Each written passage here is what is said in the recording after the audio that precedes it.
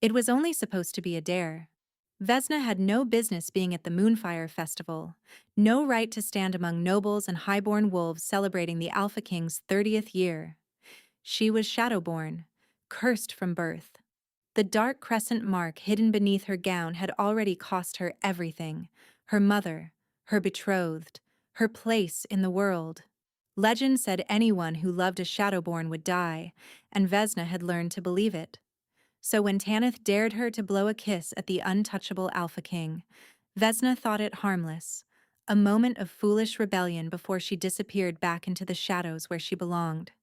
She pressed her fingers to her lips and released the kiss into the crowded hall, expecting it to vanish like smoke. But Caden, Alpha King of Valdrin, turned at that exact moment. His pale silver eyes found hers across the sea of bodies, and with one hand, casual as catching a falling leaf, he plucked the kiss from the air. The hall went silent. 1,000 wolves held their breath. Then his voice cut through the stillness, cold and absolute. "Come claim it." Vesna's blood turned to ice.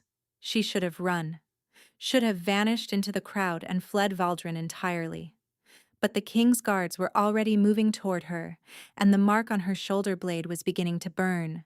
He would offer her protection, power, everything a woman in her position could want. He would also make one thing perfectly clear: he would never love her, and she must never love him. Neither of them understood how impossible that promise would become. The Moonfire Festival was the one night each year when the boundaries between worlds grew thin. Bonfires burned in every square of the capital. Music spilled from taverns and manor houses alike. Wolves danced in the streets regardless of station, their faces hidden behind elaborate masks that granted temporary anonymity. It was also the one night Vesna Aldridge was absolutely forbidden to leave her father's estate. Yet here she stood, pressed against a marble pillar in the grand hall of the royal palace, wearing a borrowed gown and a mask of black feathers. Her heart hammered so loudly she was certain the wolves around her could hear it.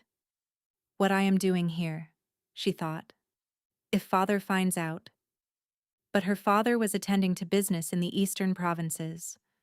Her sister Corliss was holding court somewhere in this very hall. And Tanith, beautiful reckless Tanith, had appeared at Vesna's window 3 hours ago with a stolen invitation and a wicked smile. "One night," Tanith had said.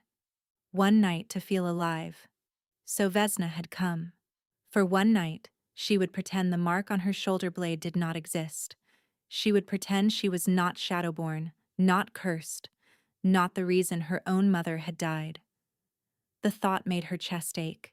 Instinctively, she pressed her palm against her shoulder where the dark crescent lay hidden beneath silk. It was cool to the touch, dormant. As long as she kept her emotions contained, the mark would not spread. That was the curse of the Shadowborn. Born during the black eclipse that occurred once every 100 years, they carried darkness in their blood. The crescent mark was merely a sign. The true horror lay in what it represented. "Love a Shadowborn," the old texts warned, "and death will follow." Vesna had not believed it as a child. She had started to believe it when her mother collapsed one morning with no warning, her heart simply stopping. The healers found no cause. Vesna found only guilt. Her betrothed had died 2 years later. A riding accident, they called it. But Vesna had seen the way the shadows seemed to reach for him in that final moment. After that, her father had locked her away. "For your own protection," he claimed. But Vesna knew the truth. He was protecting others from her. "Vesna," Tanith hissed, appearing at her elbow with 2 goblets of wine. "Stop hiding behind that pillar." "I am enjoying not being executed for sneaking into the royal palace," Vesna replied. Tanith rolled her eyes. "The masks grant anonymity. Even the king cannot demand someone reveal their face during the Moonfire Festival. It is tradition." The hall was magnificent. Crystal chandeliers cast fractured light across hundreds of masked revelers. Silk gowns and velvet jackets swirled in a sea of color. And at the far end of the hall, elevated on a dais draped in midnight blue, sat the empty throne of the Alpha King. "He has not appeared yet," Tanith observed. "They say he rarely attends these things." "Then why hold the festival in his honor?" "Because the king turns 30 tonight." Tanith sipped her wine. "An important year for an unmated alpha. The council has been pressuring him to choose a queen." Vesna had heard the rumors even in her isolation. Alpha King Kadon was legendarily cold, beautiful as a winter storm and twice as deadly. The king feels nothing, people said. No joy, no anger, no desire. He is hollow inside. A sudden hush fell over the hall. Every head turned toward the great doors. "He is here," Tanith breathed. Alpha King Kadon of Valdrin walked into the hall, and the very air seemed to crystallize around him. He was tall, taller than any man Vesna had ever seen, with hair the color of pale frost. His face was all sharp angles and cold beauty. He wore black, of course, simple and devastating. But it was his eyes that made Vesna's breath catch. Silver gray, pale as winter moonlight, and utterly empty. This was not a man who felt nothing. This was a man who had forgotten how. The crowd parted before him. He walked to the dais and lowered himself onto his throne without acknowledging anyone.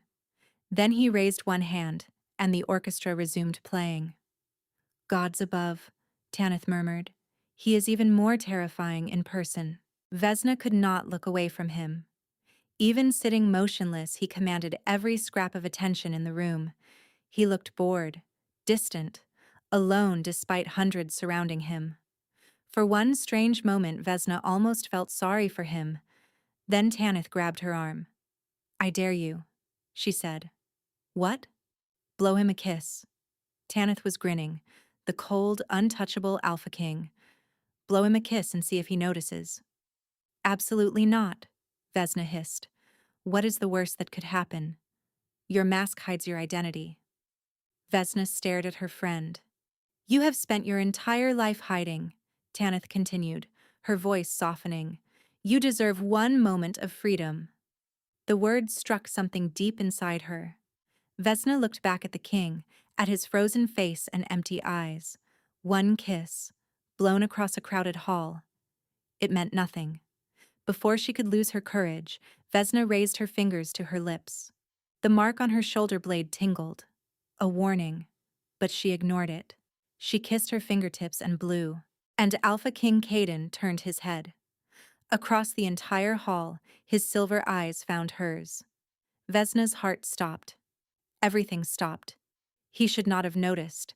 It was impossible. But his gaze locked onto hers with devastating precision. And then, deliberately, he raised one hand and plucked the kiss from the air. The hall fell silent. The king studied his closed fist. Then his eyes returned to Vesna, and his lips curved into something that was not quite a smile. "Come claim it," he said. His voice was soft, but it carried like thunder. Vesna could not move, could not think. Tanith had vanished. The crowd was staring, and the Alpha King was waiting, her kiss trapped in his hand. Then the guards began to move toward her. The guards did not touch her. They did not need to. The crowd parted around Vesna, and she found herself walking forward on numb legs. "This cannot be happening," she thought. He caught it. How is that possible? She reached the base of the dais and stopped. The music had died completely. Every eye was fixed on her.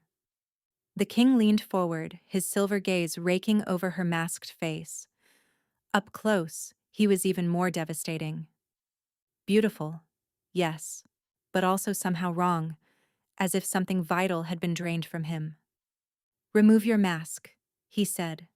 Vesna's blood ran cold. "Your Majesty," she managed, "the Moonfire tradition states." "I am aware." He tilted his head. "I am also aware that I caught your kiss in front of my entire court. That suggests a connection worth investigating." "There is no connection," Vesna said. "It was a foolish dare. Then you will have no objection to showing me your face." The trap closed around her. If she refused, she defied the king. If she complied, he would see what she was. I cannot, Vesna said. Cannot or will not? Both. Something flickered in those silver eyes. Curiosity, perhaps. He rose from his throne, towering over her. Walk with me, he said. It was not a request. Vesna followed him through a door at the side of the hall, into a corridor lined with portraits of previous kings. The door closed behind them. Caden kept walking. Vesna scrambled to keep pace. Your Majesty, she tried. If you release me, I swear I will leave Valdrin. He stopped so abruptly she nearly collided with his back. When he turned, his face was inches from hers. You are afraid of me, he said. Everyone is afraid of you, Vesna replied without thinking. Something strange crossed his features. Surprise. Or something sadder. Yes, he said. They are. He studied her for a long moment. Then he uncurled his fingers. His palm was empty. The kiss, Vesna breathed. Where? I do not know. I felt it land. I closed my hand around it. And now, it is gone. Vesna's mark throbbed. She pressed her hand against her shoulder instinctively. You are injured? He said, tracking the movement. No. Then why do you clutch your shoulder? Vesna dropped her hand. It is nothing. His gaze sharpened. He stepped closer. Vesna stepped back until her shoulders hit the wall. You wear a mask, he said. You refuse to reveal your face. You carry some hidden wound. And somehow I sensed your kiss across a crowded hall. He leaned in, his scent washing over her. Winter pine and cold iron. Who are you? No one, Vesna breathed. I am no one. His hand rose toward her mask, then stopped. I could remove this myself, he said. I could demand answers. That is what a king should do. Then why do you not? Because when I caught that kiss? He paused, and for one moment the coldness in his eyes fractured. I felt something. Vesna's pulse faltered. I have not felt anything in 7 years, the king continued. The healers call it the hollowing, a curse on my bloodline. Each generation the king loses the ability to feel. Warmth, taste, emotion. Everything fades until we are empty vessels. He looked down at his hand. I cannot feel the cold anymore. Food tastes like ash. Joy, grief, desire. They come as memories rather than experiences. He met her eyes. But when I caught your kiss, for one instant I felt warmth. Vesna could not speak. She brought death, not life. If the king felt something from her kiss, it was not a blessing. It was a trap. I want to make you an offer, Caden said. What kind of offer? Become my consort. Vesna's mind went blank. Not my queen, he clarified. A consort, a companion, someone who owes me nothing but presence and expects nothing but protection. Why me? You do not know my face, my name, anything about me? Exactly. I have spent 12 years with women hoping to thaw my frozen heart. He smiled without warmth. I cannot be thawed. I am simply emptying. And I am tired of pretending otherwise. He stepped back. You hid your face. You refused to court my attention. You seemed horrified when I caught your kiss. That makes you the most honest person I have encountered in years. Vesna's thoughts raced. If she accepted, she would be trapped where anyone might discover her secret. If she refused, he might investigate anyway. But if she accepted, she would have protection. Her father could not reach her here. There is something you should know, she said carefully. About why I hide. Caden shook his head. I do not need to know. You do. I do not, he repeated. I am offering you safety and anonymity. In exchange, I ask only that you stand beside me and never expect my love. That word hung between them. I cannot love you, he continued. The hollowing has stolen that. So if you accept, Understand what you are agreeing to. A cold bed? A cold king? A cold life. Vesna thought of her father's estate, the locked doors, the years of isolation. Then she thought of the warmth the king claimed to have felt. That was the danger. If proximity to her eased his hollowing, the curse would activate, and Caden would die. I should refuse, she thought. But when she opened her mouth, different words emerged. I accept. News traveled fast in Valdrin's court. By sunrise, every noble house had heard the rumors. The Alpha King had chosen a masked consort. He had forbidden anyone from seeing her face. The whispers were relentless. She must be hideously scarred. Perhaps she is foreign royalty. Maybe she is no one at all. Vesna heard all of it from behind her chamber doors. The rooms were beautiful, larger than any space she had occupied. A canopy bed draped in silver silk, a fireplace constantly burning, and 6 attendants, all wearing dark glasses. They cannot see you, the head attendant had explained. His Majesty arranged for staff from the Convent of Closed Eyes. We navigate by scent and sound. The king's thoughtfulness stunned her. The door opened. The head attendant, a tall woman named Morrow, announced, "You have a visitor, my lady." Vesna's stomach dropped. Who? She says she is your sister. Corliss. Of course. Tell her I am unwell. She claims it is a family emergency. Vesna closed her eyes. There was no emergency. Corliss simply wanted to confirm her suspicions. Let her in. Moments later, Corliss swept into the room like a perfumed storm. Her older sister was beautiful. Golden hair, blue eyes sparkling with calculated charm. She had inherited their mother's beauty without any of her warmth. So it is true, Corliss said. My little shadow sister has clawed her way into the king's bed. I am not in his bed. I am his consort. There is a difference. The court does not think so. They say the king keeps you hidden because he is ashamed of your face. Corliss tilted her head. I know the truth. You are simply marked. Vesna's hand flew to her shoulder. I remember when the mark appeared, Corliss continued. You were 12. Mother nearly fainted. Father locked himself away for 3 days.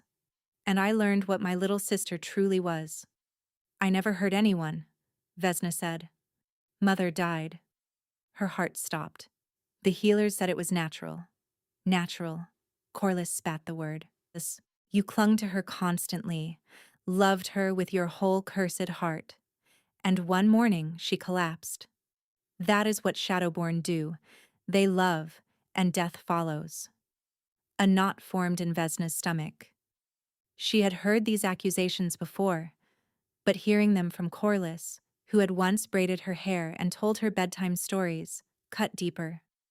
What you want? Vesna asked. I want you to leave. Go back to your tower. Before you destroy another life. The king is not innocent. No. But he is powerful. And when he dies because you could not control your cursed heart, the kingdom will fall into chaos. Corliss stepped closer.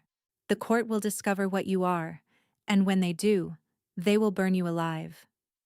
Vesna felt the crescent throb. A warning. Leave, she said. Now. Corliss moved toward the door, then paused. When the king discovers what you truly are, he will destroy you himself. She swept out. Vesna sank onto the bed, shaking. She should leave. Every instinct screamed at her to flee. But where would she go? Her father's estate was a prison. The wider world held no safety for a Shadowborn, and there was the other problem. When the king had caught her kiss, she had felt something too. A warmth that had nothing to do with the curse. What if being near him eased the darkness inside her? A knock interrupted her spiral. My lady, Morrow called. The king requests your presence in his study. Vesna followed Morrow through corridors she did not yet know. The study was smaller than expected. Books lined every wall. A fire burned despite the warmth. The king stood by the window. Leave us, he said. Morrow withdrew. Your sister visited you, Kaden said. Vesna blinked. You know? I know everything that happens within these walls. She warned you to leave. Yes. And will you? No. Something in his posture shifted. Good. Then we have business to discuss. He retrieved a document from his desk. This is a formal agreement. Your rights, responsibilities, protections. There is a clause about privacy. No one may compel you to reveal your face. The punishment for attempting to unmask you forcibly is imprisonment. Vesna looked up sharply. I do not know what you are hiding, he said. But I gave my word you would be safe here. Her chest constricted. Why do you care? Because when I caught your kiss, I felt warmth. And when you entered just now, I felt it again. His voice dropped. I have not felt warmth in 7 years. I had forgotten what it was like. Vesna's heart stuttered. Whatever you are hiding, he continued, I do not care. All I care about is that you stay. The crescent flared hot. A warning, a reminder of what she did to those who cared for her. But when Vesna opened her mouth, the only word that emerged was, yes. The king smiled. Just a small crack in his frozen mask. It was the most terrifying thing Vesna had ever seen, because saving herself might mean destroying him. 3 weeks passed in a strange rhythm. Vesna learned the palace, its hidden corridors and quiet gardens. She taught the staff, the blind attendants who served her with gentle efficiency. She learned the rhythms of court life. But she did not learn the king. Kaden remained a mystery. He summoned her occasionally for formal dinners, where they exchanged perhaps a dozen words. He requested her presence at court functions where she stood silently at his side. He never touched her. Never asked personal questions.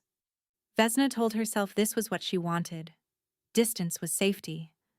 But sometimes, late at night, she wondered what it would feel like if he did care. Stop it, she scolded herself. That way lies death. On the 22nd night, a knock came at her door past midnight. My lady, Morrow called. The king requests your presence. Vesna pulled a robe over her nightgown, secured her veil, and followed Morrow through silent halls. Morrow stopped before an unfamiliar door. The king is inside. He asked that I leave you here. What is this room? His private chambers, my lady. Vesna's pulse faltered. The king's chambers. Middle of the night. She should refuse, but something in Morrow's voice made her hesitate. Is he well? The king has not been well for a very long time, my lady. Vesna pushed open the door. The chambers were larger than hers, but far less decorated. Bare stone walls, a massive bed, a fire burning in the hearth. And standing before the fire, his back to her, was Kaden. He wore only a thin shirt and loose trousers. His pale hair hung loose. Close the door, he said without turning. Vesna obeyed. Come here. She crossed the room. As she drew closer, she noticed something strange. Despite standing before a roaring fire, the king was shivering. Your Majesty, she said gently. Are you ill?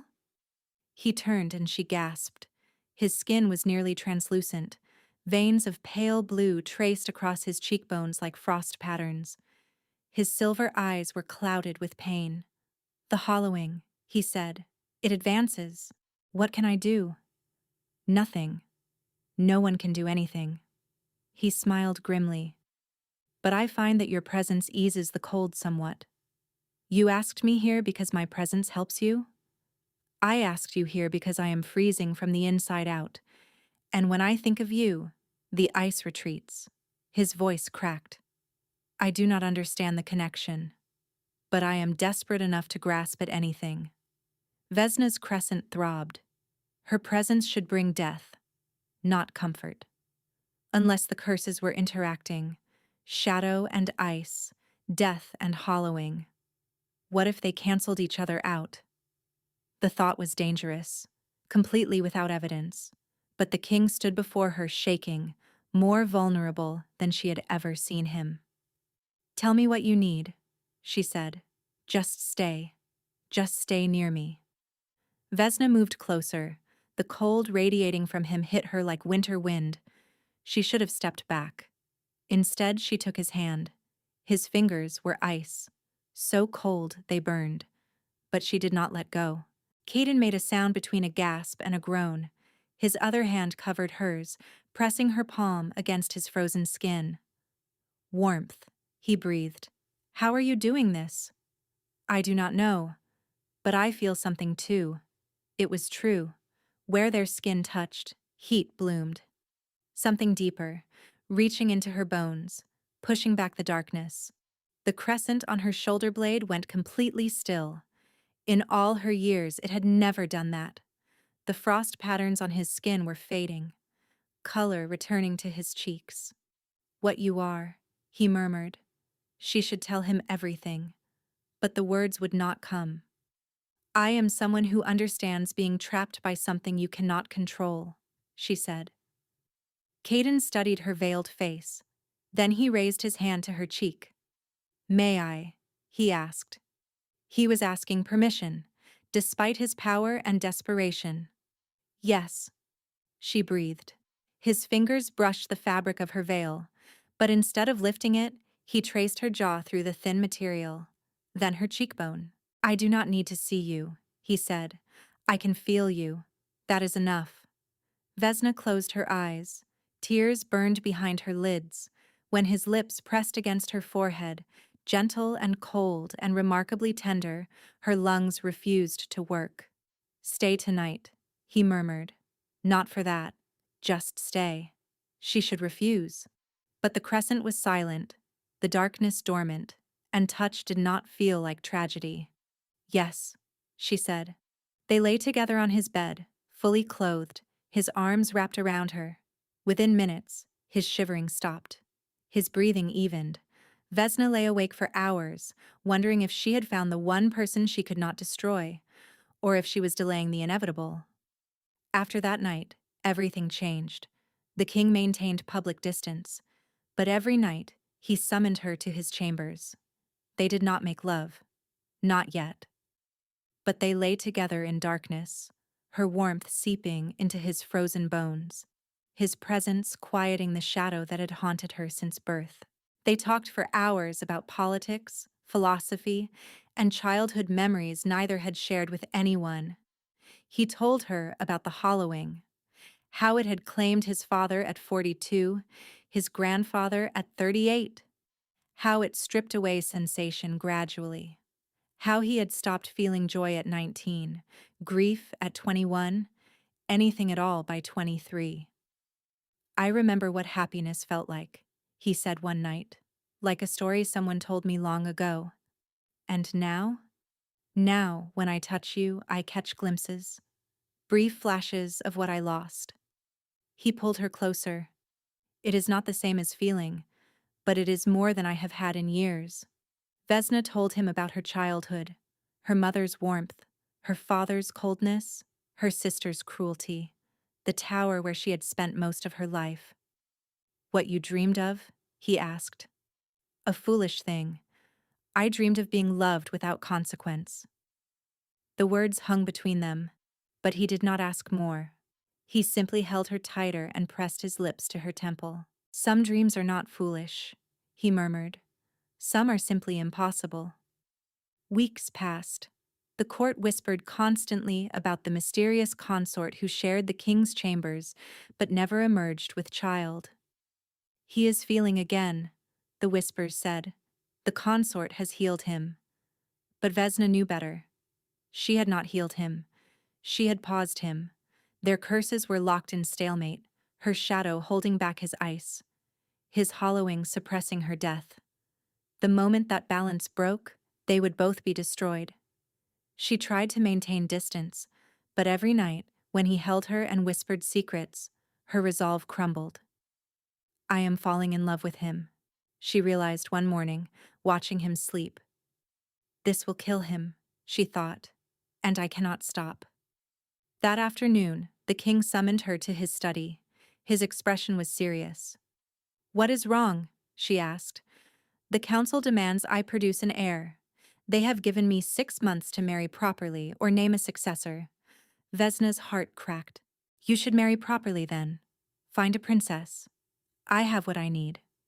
His silver eyes met hers, burning with intensity. I have you, but I cannot give you children. You give me warmth. You give me feeling. He crossed the room and took her hands. Do you understand how long it has been since I had that? Vesna shook her head, tears streaming. You do not understand. If you care for me, if I what? He pressed. If you love me, she choked out, you will die. Caden went still. What do you mean? But Vesna could not answer. She pulled free and fled, her sobs echoing behind her. 3 days passed. Vesna refused every summons, kept her doors barred against everyone, including the king. She knew it was cowardly. She owed him an explanation. But every time she tried to form the words, she saw her mother collapsing, her betrothed falling. I am protecting him, she told herself. By staying away, I am keeping him alive. But the crescent burned constantly now. The darkness was spreading, crawling up toward her neck. Without his presence to balance it, her curse was advancing. She would become what her father always feared, a shadowborn consumed by her own darkness. Better that than killing him. On the 3rd night, she stood before her mirror, examining the shadow staining her collarbone. By tomorrow, it would reach her throat. A violent crash interrupted her. Her chamber door burst open. Caden stood in the doorway, chest heaving, silver eyes wild. 2 terrified guards flanked him. Leave us, the king commanded. The guards fled. Caden stepped inside and kicked the ruined door closed. His gaze found Vesna immediately, standing frozen before the mirror, her face veiled but her neck exposed. His eyes fixed on the shadow spreading across her skin. You have been avoiding me, he said. Yes. Why? She could not answer. He crossed the room and knelt before her chair. His hands gripped the armrests. Look at me, he demanded. She could not. He reached up and lifted her veil. Vesna flinched, but it was too late. She heard his sharp breath, felt his gaze travel across her features, the gray eyes, the pale lips, the darkness staining her jaw like bruises. What is this? He breathed. My curse, the truth I have been hiding. He touched the shadow on her jaw. The contact made the darkness retreat. Tell me. So she did. Everything. The black eclipse, the shadowborn mark, her mother's death, her betrothed's fall, the years of isolation. That is why I fled, she finished. If you love me, the curse will activate. Your heart will stop. Caden was silent. His hand remained on her jaw. Then he said something she did not expect. I do not care. What? I do not care. His eyes were fierce. You think I fear death? I have been dying inside for 7 years. The hollowing has taken everything except you. You do not understand. If you truly love me, then let my heart stop. At least I will have felt something first. He pulled her into his arms. I love you, he said. I did not mean to. I told myself I was incapable. But every night you lay beside me, I fell deeper. You are the only warmth I have known in 7 years. No, Vesna sobbed, please. But it was too late. The crescent flared white hot. The shadows on her skin began to writhe, spreading faster, reaching for him.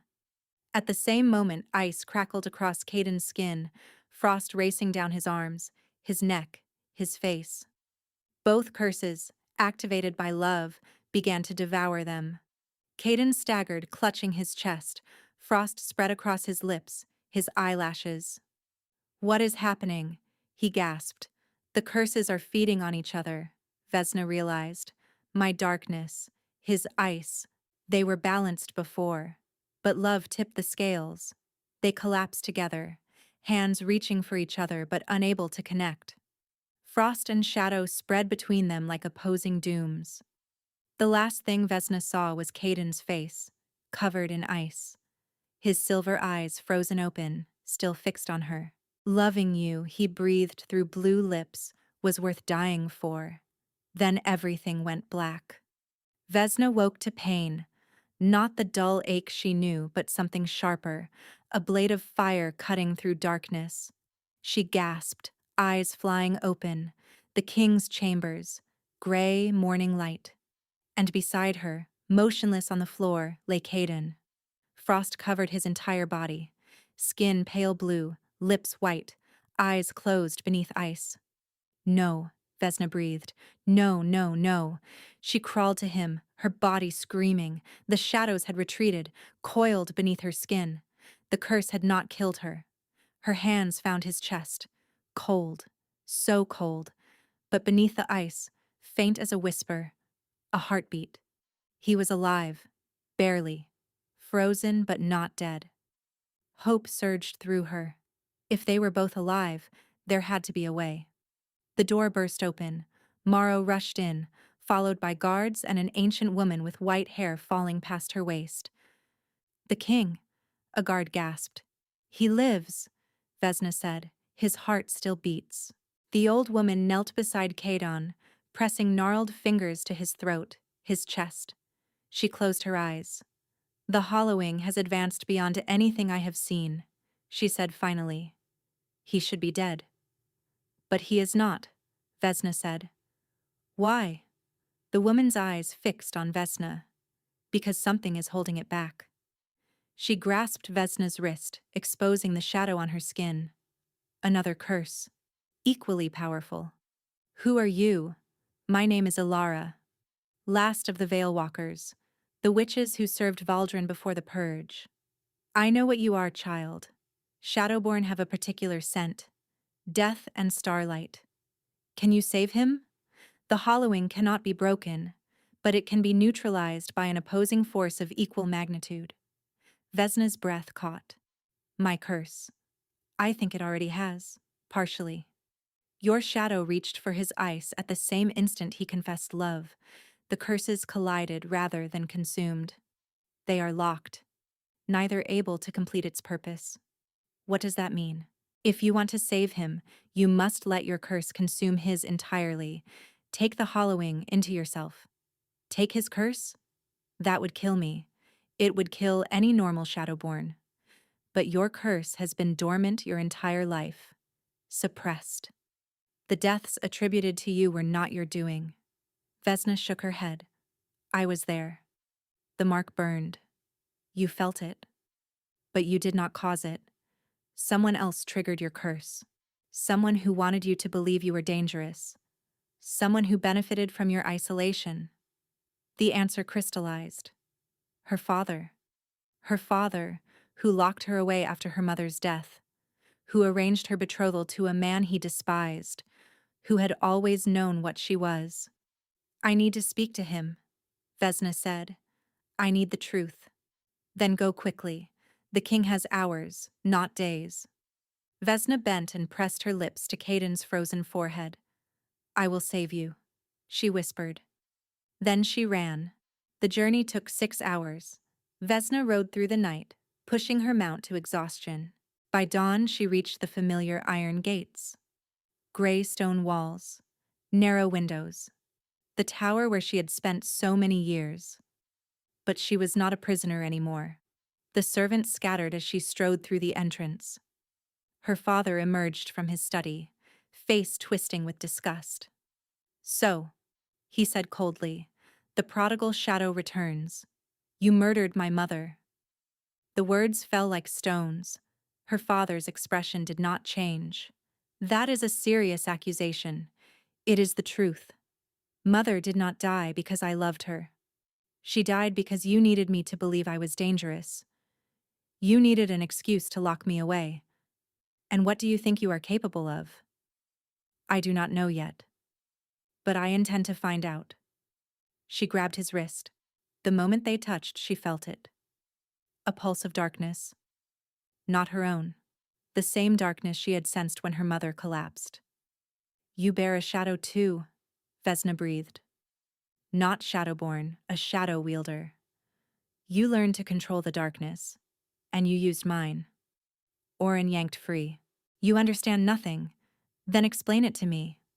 A cold smile spread across his face. Your grandmother was Shadowborn. She passed the curse to my sister, your Aunt Marisol. I was spared the mark, but I discovered I could touch the darkness, manipulate it. Marisol was weak, even as an infant. Draining her power was simple, and it killed her. But the power extended my life. Vesna felt sick. You used my curse to kill Mother. Your mother discovered what I had done to Marisol. She found my journals, threatened to reveal everything. So you killed her and blamed me. I redirected your curse. The shadow was yours. I simply gave it a target. And my betrothed?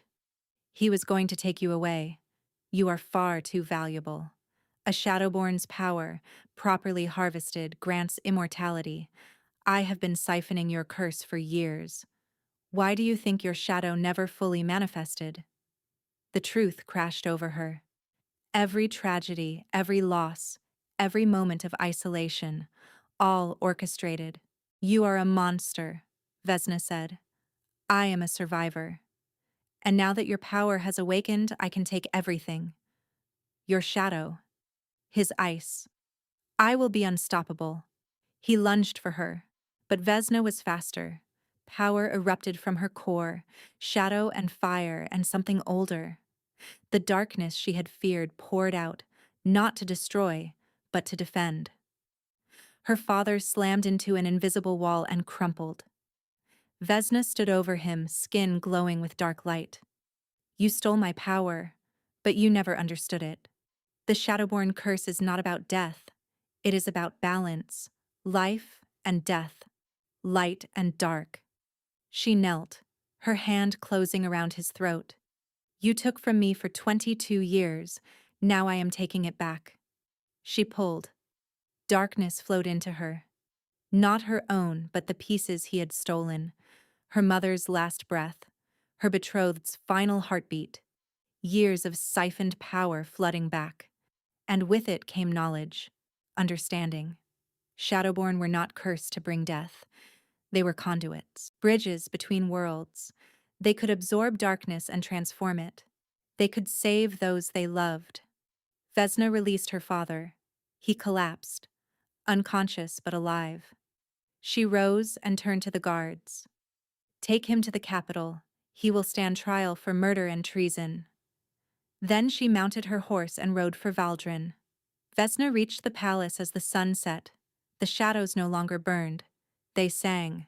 Ilara met her at the king's chambers. You found it. I can feel the change in you. I found the truth. My father was stealing my power. He killed everyone I thought I destroyed. She pushed open the door. Caden lay frozen on the bed. Ice covered him completely, a shell of winter sealing him away. Vesna crossed to his side and took his frozen hand. I love you, she said. I should have told you before. I was so afraid loving you would kill you. But I was never the monster. I was just a girl, taught to fear herself. She closed her eyes and reached for the shadow within. It came willingly, rising through her veins like dark water. She directed it toward Kadon, let it flow into his frozen body. The hollowing was old, ancient. It had fed on kings for generations, but her shadow was older, born of the black eclipse, forged between life and death. She wrapped her shadow around the curse and pulled. The hollowing fought. It clawed at his heart. She felt its rage, but she was stronger now. Let him go, she commanded, and the hollowing broke. It shattered like ice beneath summer sun, dissolving in her shadow and vanishing forever. Color flooded his skin. Warmth returned. His eyes opened. Vesna, he breathed. She sobbed. You are alive. He sat up, staring at his hands. I can feel, he said. I can feel my hands. The air. He looked at her, silver eyes blazing. I can feel you. He pulled her into his arms. Warm arms. How? I am Shadowborn, but not the monster I thought. The darkness inside me exists to balance the light, to save those I love. She touched his face. My father taught me to fear myself, but he could not steal who I truly am. And who I am is someone who loves you more than she fears the dark. Kadon kissed her. Not gentle, desperate, hungry, full of years of suppressed feeling. When they broke apart, his forehead rested against hers. Marry me, he said. You already asked me to be your consort. I am asking for more. My queen, my wife, my mate in truth. What about the council? The council can rot. You saved my life, my soul. I do not care if you are cursed or covered in shadows. I love you. She kissed him again. Yes. She breathed. Yes. 3 months later, Vesna stood on the balcony, watching the crowds below. They had come to celebrate the king's wedding. She no longer wore a veil. The shadow had faded completely. She looked like any other woman, but she was Queen Vesna of Valdrin, wife of Alpha King Kadon, mother, in 6 months, of his heir. The curse on his bloodline was broken. Their children would never suffer the hollowing. Her own curse had transformed from death into healing. She trained with Alara, learning to help others trapped by magical afflictions. Her father awaited trial. Corliss had fled. Tanith, who had started everything with a foolish dare, was now her chief lady in waiting. It was only supposed to be a joke, Tanith had said. It was the best dare you ever gave me, Vesna had replied. Now, arms wrapped around her from behind. Kadon pressed warm lips to her temple. Are you ready? Vesna turned and kissed him. I was ready the moment you caught my kiss. He smiled, a real smile full of warmth and joy. Then let us go greet our people. They stepped to the balcony edge together, hand in hand. When the crowd roared, Vesna did not flinch. She raised her chin, smiled at the thousands below, and knew she had found where she belonged, not in a tower, not in shadows, not in fear. Here, beside a man who loved her, in the light. It was only supposed to be a dare. Vesna had no business being at the Moonfire Festival, no right to stand among nobles and highborn wolves celebrating the Alpha King's 30th year. She was Shadowborn, cursed from birth. The dark crescent mark hidden beneath her gown had already cost her everything. Her mother, her betrothed, her place in the world. Legend said anyone who loved a Shadowborn would die, and Vesna had learned to believe it. So when Tanith dared her to blow a kiss at the untouchable Alpha King, Vesna thought it harmless. A moment of foolish rebellion before she disappeared back into the shadows where she belonged. She pressed her fingers to her lips and released the kiss into the crowded hall, expecting it to vanish like smoke. But Kadon, Alpha King of Valdrin, turned at that exact moment.